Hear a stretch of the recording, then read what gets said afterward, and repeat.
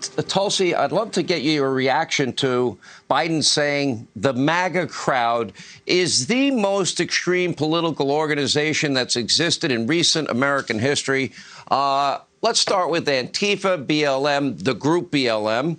What do we want? Dead cops. When do we want them now? Well, you're a Democrat. How do you react to that? Because it's obviously ridiculous. It's worse than ridiculous, Sean. It is absolutely despicable and outrageous. When you look at the president of the United States of America calling millions of Americans essentially terrorists, people who politically opposed him or voted against him, he's calling them terrorists in an attempt to intimidate them into silence. And we know this is because we've heard this before from both him and his attorney general. You'll remember when his attorney general said, anyone who holds extremist or anti-authority views will be targeted for investigation and potential prosecution by their domestic terrorist unit. So he's essentially saying that this quote-unquote MAGA crowd are worse than terrorists. This is outrageous. And so for every American who's watching, every American who's seen this, no matter how you feel about the MAGA crowd, this is an authoritarian assault on our freedom. And we need to stand together very strongly against this attempt to intimidate and silence anyone who holds political views that are different from or opposed to what this president and his administration are furthering. This is an assault on our democracy. I want your thoughts on the rush to cling to this potential decision in the Supreme Court that would overrule Roe v. Wade. Number one, Joe Biden supported a constitutional amendment to get rid of it. Interesting, he's not been asked the question.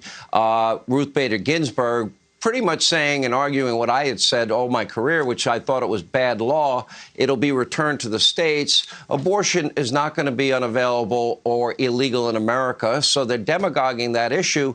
I'm arguing the reason they're doing it is because they don't have anything else that they can run on and say, hey, we did this, this, and this, and we're all better off because of it. Am I wrong?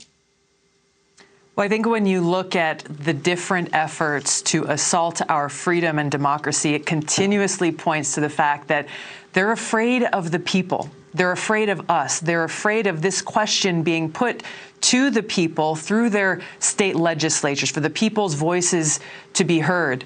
I think it's also critical to point out that this leak sets a very, very dangerous precedent for our Supreme Court for three important reasons. Number one is, first of all, this person is a thief who stole this information, released it with a very specific intent to try to incite protesters and intimidate and pressure our Supreme Court justices to make a political decision rather than a decision that is based on the Constitution.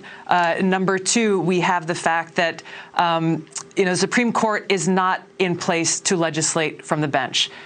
People's representatives at the state level, at the federal level, are charged to make laws, not the Supreme Court. The Supreme Court needs to make decisions based on the Constitution. And the Department of Justice, lastly, needs to go and prosecute this crime, which is exactly what it is, and make an example out of the person who leaked this information, because our Supreme Court justices cannot operate under the fear that they will have partisan political activists in their house intimidating and threatening their ability to do their job per the Constitution. And there was apparently Justice Alito was supposed to give remarks at an event, and he had to cancel, and we know why.